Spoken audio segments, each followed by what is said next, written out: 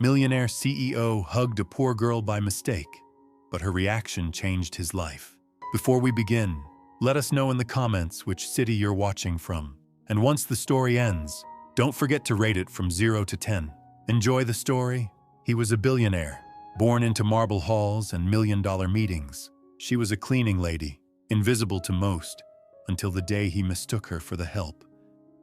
And she told him the truth no one else dared say. Clause 38b, his mother's final wish, forced him to share a home with a woman who scrubbed floors and read poetry during her lunch break. 3 months, that's all it was meant to be. But 3 months is enough to fall in love, to break apart, and to remember what truly matters. What happens when power meets presence? And what if the person you overlooked turns out to be the only one who ever really saw you? The last wish. Ethan Weller never cried at funerals. Not even this one. He stood in the cold, black coat tailored to perfection, watching his mother's casket lower into the ground like a final deal being closed. No trembling chin, no tears, just silence, the kind that made people whisper about how power turns men into stone.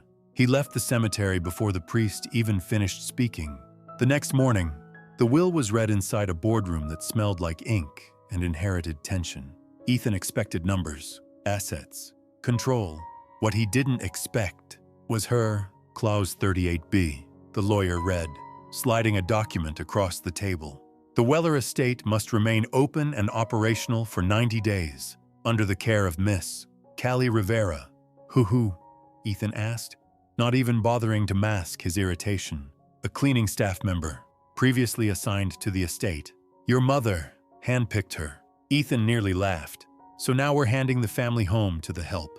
But no one laughed, not even the lawyer. A day later, he drove up to the estate, half hoping it had burned down so he could call this whole thing off. But the house stood tall, quiet, still, untouched by grief, but humming with something else, something he couldn't name. Inside, she was polishing the frame of a faded photograph. Callie Rivera didn't look up when he walked in. She was humming under her breath, some old lullaby his mother used to sing when he was a boy with fevers and too many questions. You missed a spot, he said coldly, pointing at the marble floor. She looked at him, really looked at him, calm, unshaken. And you missed her funeral, she replied. Ethan froze. Excuse me, she waited. Callie said softly, every day. You never came, not even once. He wanted to snap back, say something cutting, but her eyes dark. Steady sliced through all his defenses. She mentioned you often, Callie added, returning to her task. Said you were the best mistake she ever made. That night, he found himself wandering through rooms filled with memories he'd spent years ignoring. His mother's perfume still lingered in the curtains. Her favorite records still lined the shelf. He poured himself a drink and looked out the frosted window. 3 months, 90 days with a cleaning lady who spoke like poetry and saw through his billion-dollar armor. This wasn't just a clause, it was a curse. Or maybe it was the last gift his mother ever gave him. Chapter 1, Clause 38b. The first time Ethan Weller laid eyes on Callie Rivera, she was standing at the foot of his mother's staircase, holding a mop like a weapon and humming Moon River like it was a prayer. He didn't introduce himself. He didn't smile. He simply stood in the entryway, expensive shoes dripping snow onto antique tile, and stared at the woman who'd somehow become the gatekeeper to his childhood home. You're the cleaning lady, he said. Callie blinked once, then looked down at the mop in her hand and back at him. Well, I'm definitely not the ghost of Christmas past. He didn't laugh. You're early, she added, returning to her work. You're trespassing, he replied, walking past her. The lawyer said I'd have access starting this morning. He doesn't own this house. I do. No, she corrected gently. You inherited it. There's a difference. Ethan turned, not used to being challenged by anyone without a 6-figure retainer. I don't care what Clause 38b says, he snapped. This arrangement is temporary.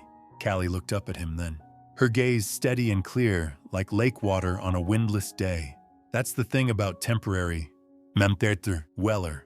Sometimes it sticks longer than forever. He didn't know what to say to that, so he didn't. He spent the rest of the day walking the grounds in a kind of simmering frustration. The estate, with its ivy-covered stone and weathered windows, felt both familiar and hostile. He'd grown up here, buried his teenage rebellion between marble columns and summer garden parties. But now, it felt like someone else's memory. Everywhere he looked, there were traces of his mother, her reading glasses still on the nightstand, the faint scent of rosewater in the hallway, her handwritten notes tucked into cookbooks in the pantry. Callie hadn't touched any of it. She dusted around the photos, straightened the pillows, but left them soft. She even whispered sorry when her vacuum got too close to a ceramic angel. She moved through the house like someone who respected the dead more than the living. That night, Ethan stood in the doorway of the library, arms crossed, watching her shelve books. "You don't have to pretend to care," he said, voice low and sharp. "This is just a paycheck to you." Callie turned, her hand still holding a book titled The Places That Save Us. "No," she said quietly. This was her home. It mattered to her. "That means I treat it like it matters." Ethan stared at her, searching for sarcasm. He found none. "Do you always take orders from dead people?" he asked, half joking. She set the book down gently, spine aligned, only the ones who were kind. The silence that followed was heavier than any argument he could throw. He didn't speak to her again that evening. He just watched from the upstairs window as she walked down the long driveway, her coat too thin for the bitter wind, her breath rising like smoke in the night air. She didn't look back. She didn't need to, because she had already left a mark. Not loud, not big, just undeniable. She didn't ask to be here, neither did I. But somehow, this stranger with a mop and soft voice is stirring memories I've worked a lifetime to bury. What if the most powerful parts of your life begin with the people you're told to ignore? Chapter 2, Secret Advisor. On the third morning, Ethan caught her talking to his mother's portrait. He wasn't trying to eavesdrop, at least. That's what he told himself later. He had woken early jet lag, restlessness, or maybe just the strange, irritating calm that Callie Rivera seemed to carry through the halls like perfume and wandered into the upstairs corridor barefoot. The house was quiet, too quiet, until he heard her voice. He paused at the library door, cracked open just enough. She stood with her back to him, hair pulled into a loose braid, a duster in one hand. The photo of Eleanor Weller sat on the mantel, smiling softly in a golden frame. "She's impossible." "You know," Callie said, speaking gently to the photograph. "Your son, cold one second, storming off the next. But he walks through this house like it still hurts, and pain like that doesn't come from being heartless." Ethan stiffened. Callie sighed. "I don't know why you chose me.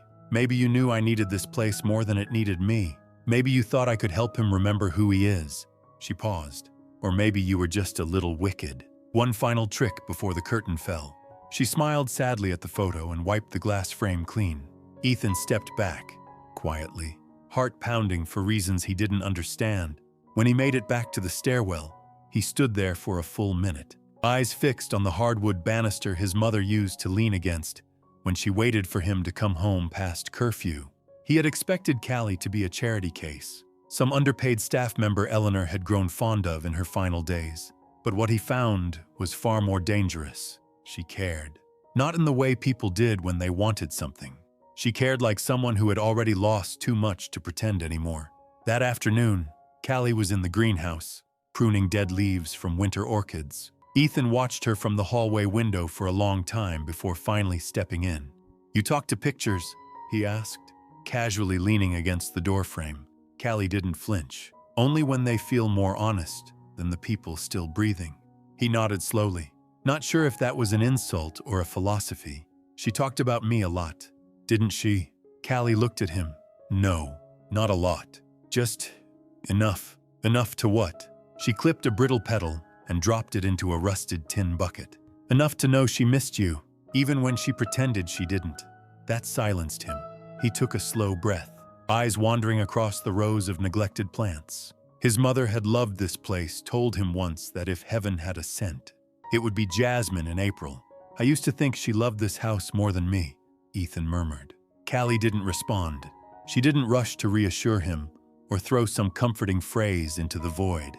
She just let the silence sit, tender and unafraid, and in that silence, something shifted. A door, barely cracked open. That night, he poured himself a whiskey and found a book on his nightstand, The Alchemist by Paulo Coelho. A bookmark made from a folded grocery receipt stuck out halfway through. In Callie's handwriting, he read, "Sometimes the treasure is buried in the same place you lost yourself." He closed the book slowly. For the first time in weeks, he slept without nightmares. She speaks to the dead. I pretend I buried them. Maybe that's the real difference between us. She remembers, I run. Who do you become when someone finally sees the part of you that no one else bothers to look for? Chapter 3. The Parking Lot Kiss. The snow came early that week, soft, quiet, and relentless. Callie had just finished grocery shopping, her arms full of discount bread, peanut butter, and a half-priced bag of overripe apples. She preferred shopping on Thursdays, less foot traffic, more bruised bananas to rescue. She was halfway to her rusted car when her boot slipped on a patch of ice, and the apples scattered like marbles across the snow. "Damn it," she muttered, bending to gather them before they rolled under a nearby SUV. A shadow crossed the asphalt beside her. Shoes, polished leather ones, came into view. Then a hand appeared, holding out a dented apple. She looked up. Ethan.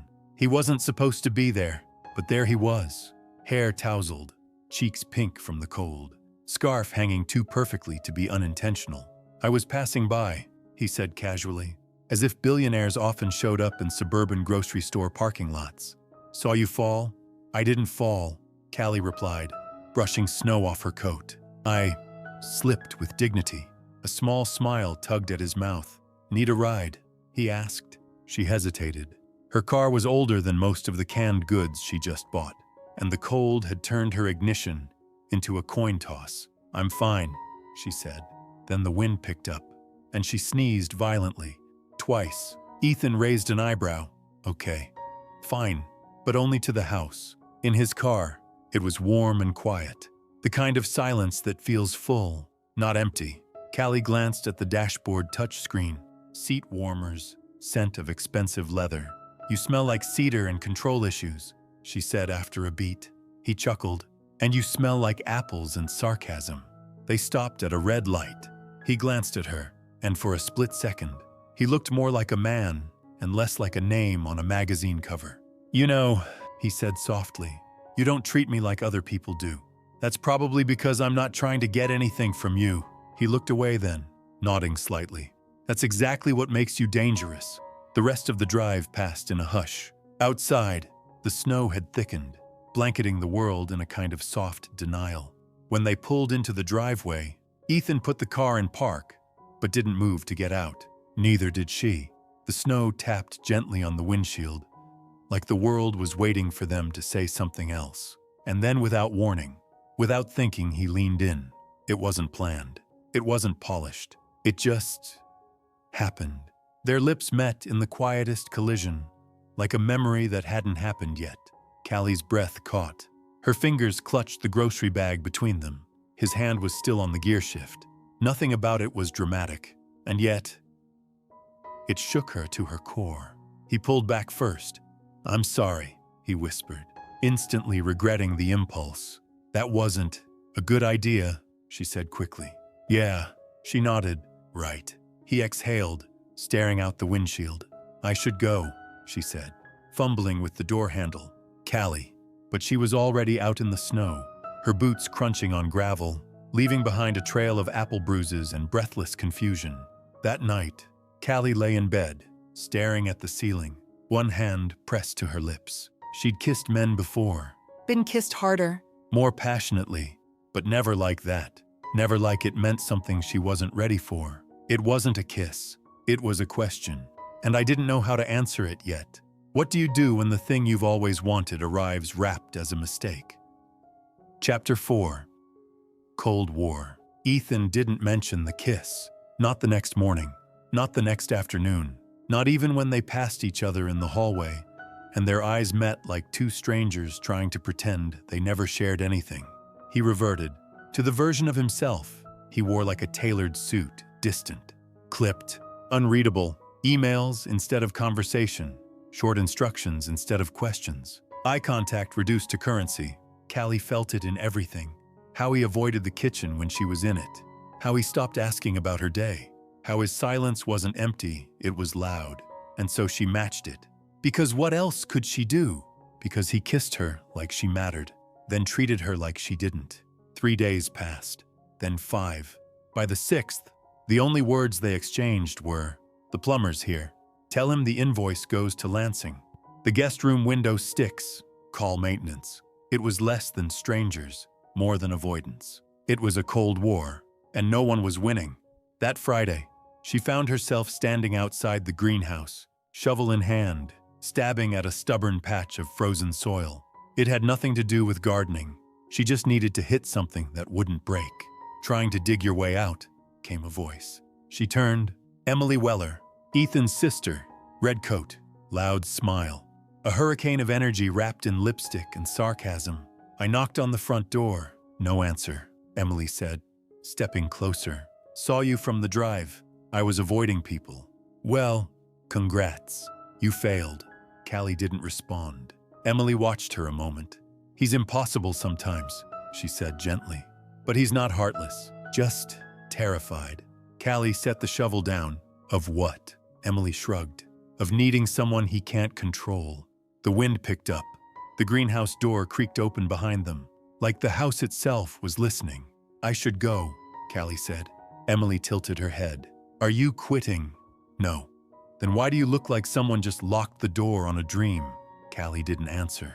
That night, Ethan sat in his study, lights dimmed, laptop open but nothing written.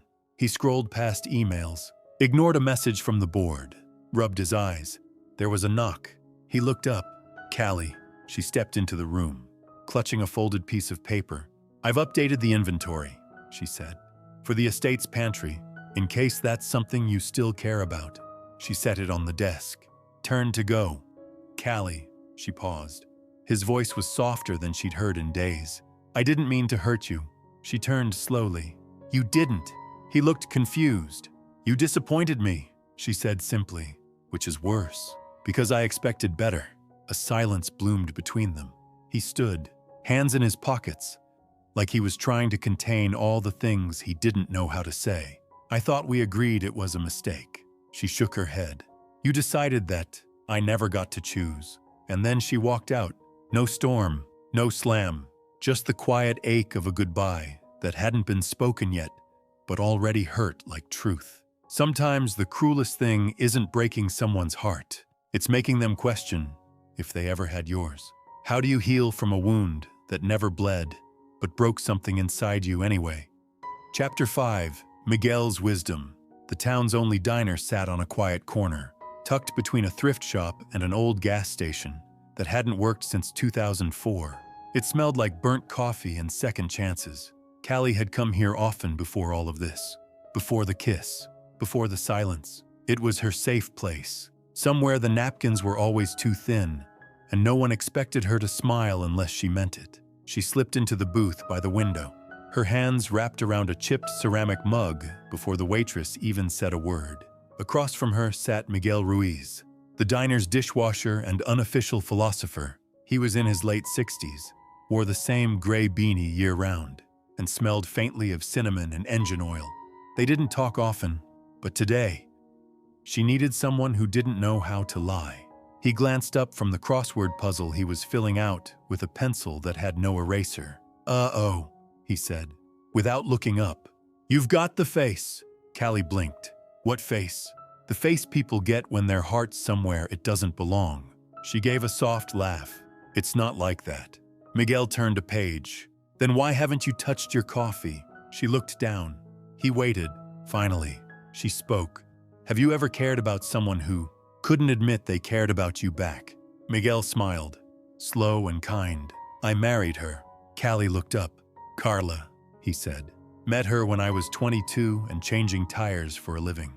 She was the daughter of a judge. Whole town said she was too good for me. Her father said I'd ruin her name. What happened?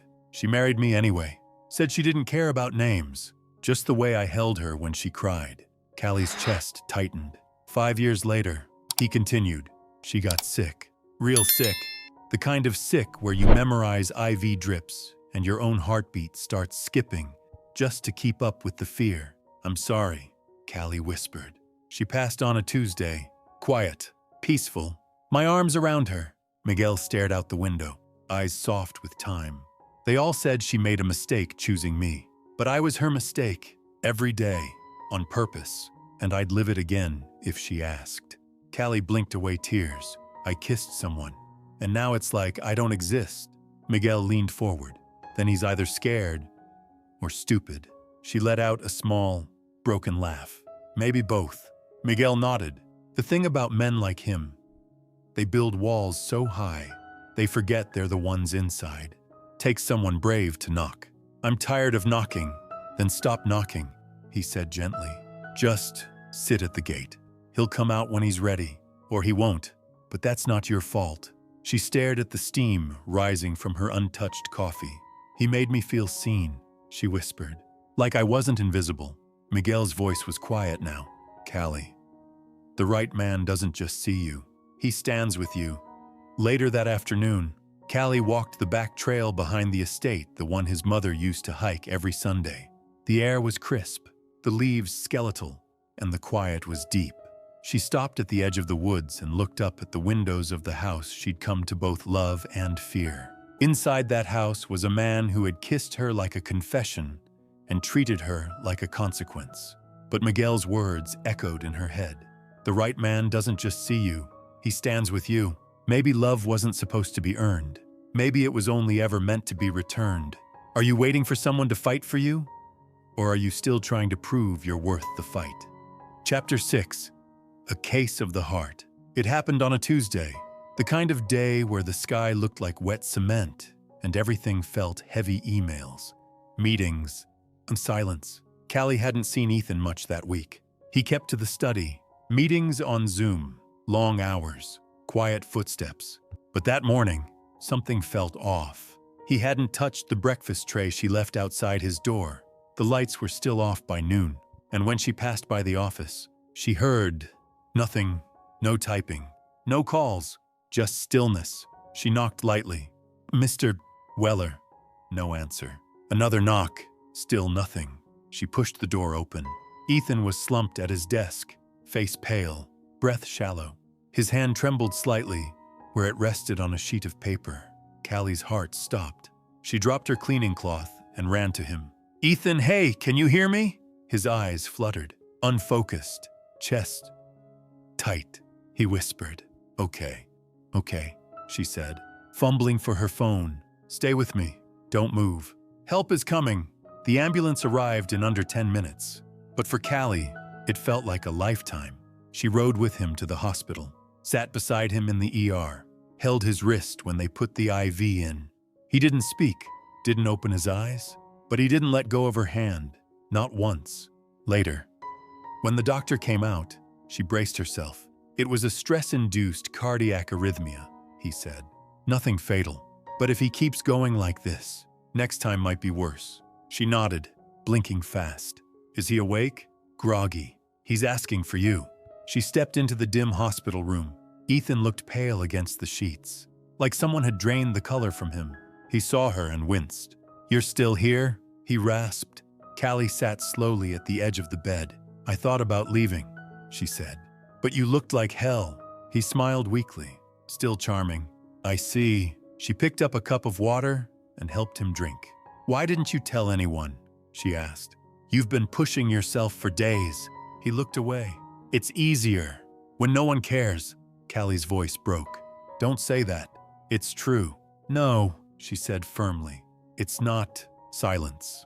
You kissed me, she whispered, then shut me out. And now you act like no one would stay if they had a choice. Ethan's eyes closed. I thought I was protecting you. From what? From me. She sat back, wounded by the honesty. You don't get to decide that. You don't get to kiss me and disappear. You don't get to pull away just because something scares you. He opened his eyes. I don't know how to do this. Callie swallowed. Then learn. She stood to leave, heart pounding. At the door, his voice stopped her. Callie. She turned. Thank you. For what? For staying. She didn't reply, but she didn't leave either. She just sank back into the chair and sat there beside him, quiet, steady, breathing with him in the stillness. And in that hospital room, with no wealth, no walls, no performance, just heart monitors and raw skin, Ethan finally looked human, and she finally let herself care. Love doesn't always start with fire. Sometimes it begins in the silence after someone says, "I'm not okay," and you stay anyway. When do you stop waiting for someone to deserve your love and start choosing to give it anyway?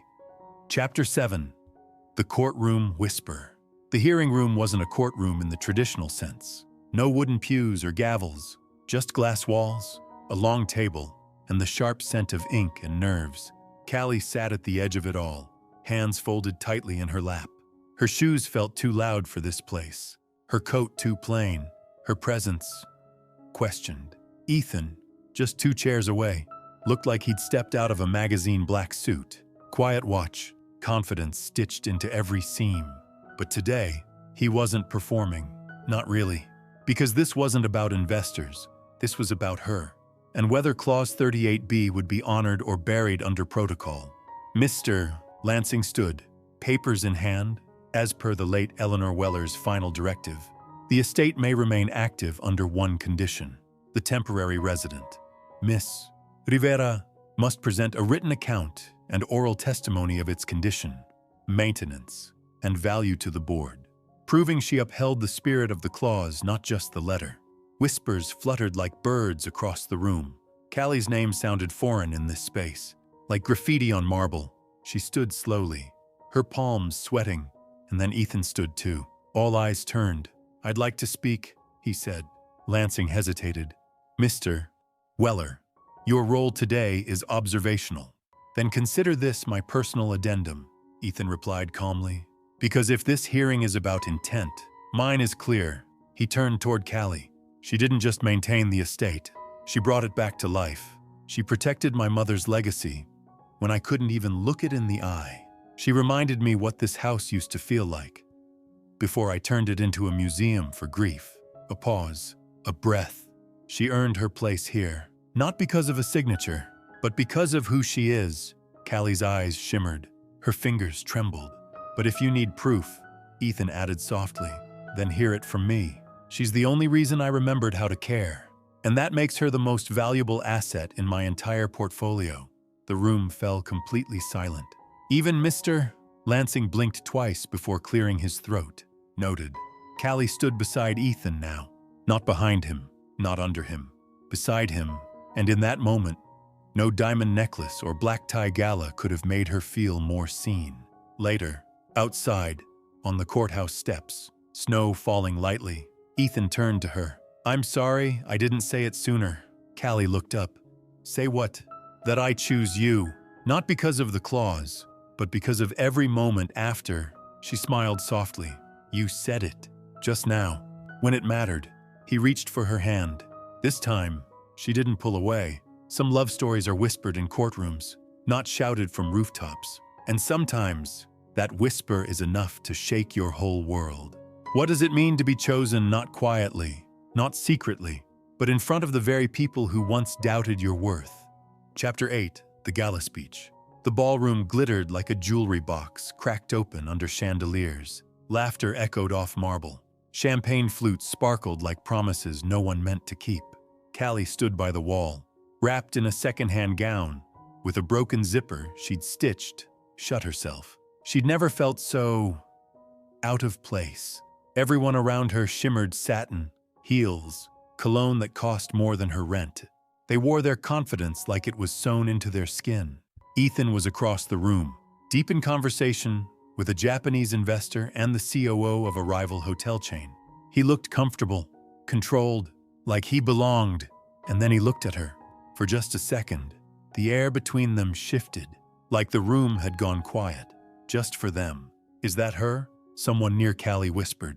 "The cleaning girl, from the estate. She's pretty, in a humble kind of way. I heard she's temporary. She won't last the season." The words rolled off her skin like cold rain. She turned away, looking for a breath, an exit, anything. And that's when Ethan stepped onto the stage. The pianist slowed. The lights dimmed just slightly. The hum of wealthy conversation dulled into silence. He adjusted the microphone, took a long breath, then smiled. I wasn't supposed to speak tonight. He began, but then again, most of the best things in my life weren't planned either. A polite laugh stirred. I've built hotels in 5 countries. I've signed contracts worth more than the GDP of small islands. But none of that taught me how to feel. Eyes watched him curiously now. It took someone unexpected. Someone who walked into my home and into my life, carrying nothing but honesty and quiet strength. Callie froze. She didn't ask to be seen. She never needed the spotlight. But somehow, she became the calm in my storm and reminded me of the kind of man I used to dream I could be. He scanned the room. His gaze landed on her and didn't leave. I've learned that love isn't loud. It doesn't need chandeliers or applause. Sometimes, love is a mop left quietly by the door, a grocery receipt used as a bookmark, a hand held in a hospital room. The ballroom was silent. I say this not just as a CEO, but as a man who nearly missed the one thing that mattered most because he was too busy building walls.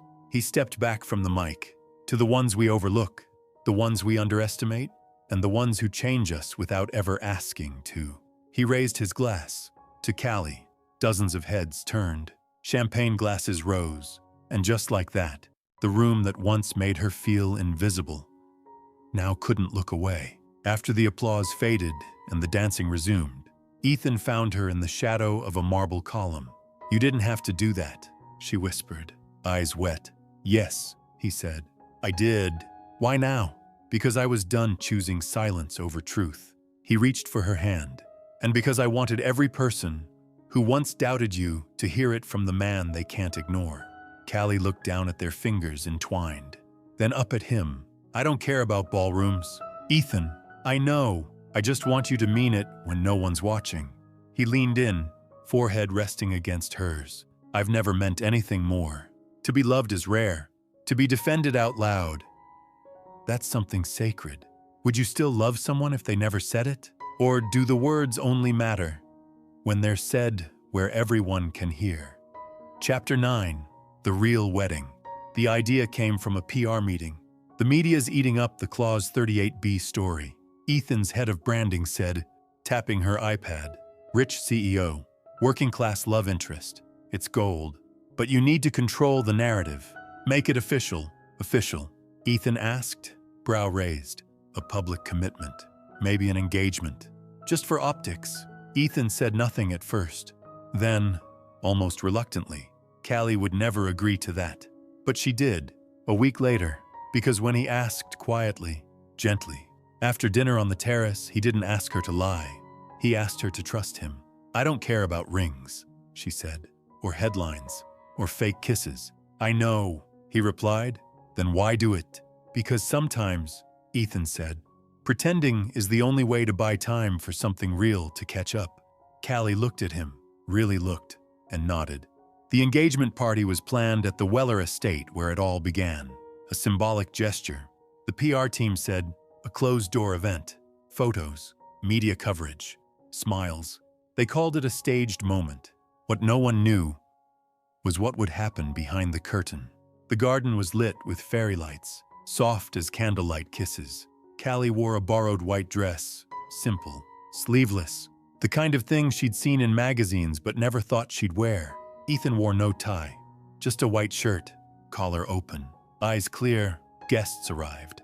Camera shutters clicked, champagne flowed, but she only saw him. And when it came time for the mock vows to satisfy a gossip-hungry world, Ethan took her hands, looked her in the eye, and said something that wasn't in the script. "I was supposed to read a line about partnership," he said. "Something that sounds like a merger, a soft ripple of laughter. But I'd rather say this instead." He turned to the guests. "I've spent most of my life being right, running numbers, building walls. But love doesn't make sense. It isn't safe. And it isn't strategic." He turned back to her.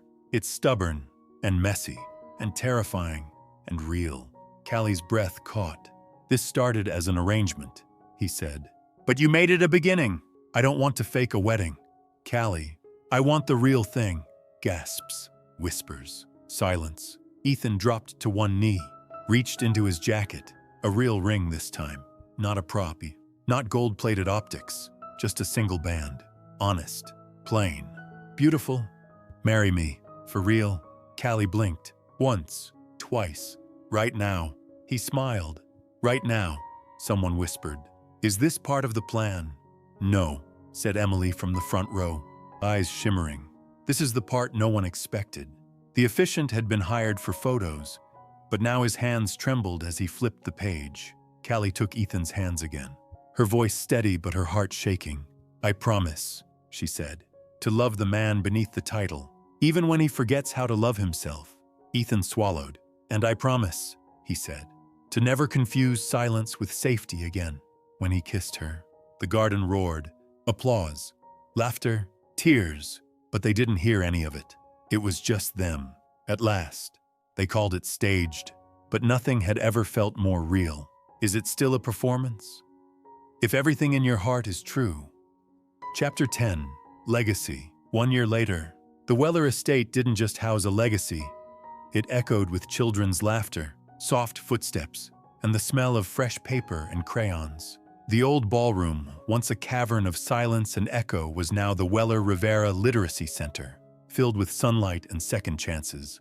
It had been Callie's idea. It shouldn't just be preserved, she told Ethan one night. Barefoot in the kitchen, hair still damp from a shower. It should breathe again, be used. Ethan said yes before she finished the sentence. Opening day drew a modest crowd: teachers, neighbors, a few reporters. Ethan stood quietly to the side, suit jacket slung over his shoulder. Callie stood at the front of the room, behind a repurposed podium that once belonged to his mother. She wore soft blue, her hands shaking slightly, but her voice strong. When I was a girl, she began, books were my escape. They were warm places that didn't care how worn my shoes were. I used to clean libraries just to sneak chapters when no one was watching. A hush settled over the crowd. And now, I get to help build one. Ethan's throat tightened. She told me I didn't belong, Callie continued. But the books never said that, and neither did he. She looked at Ethan, and now, we want to give that voice, that chance, to every child who's ever felt like their story wasn't worth telling. Tears, applause.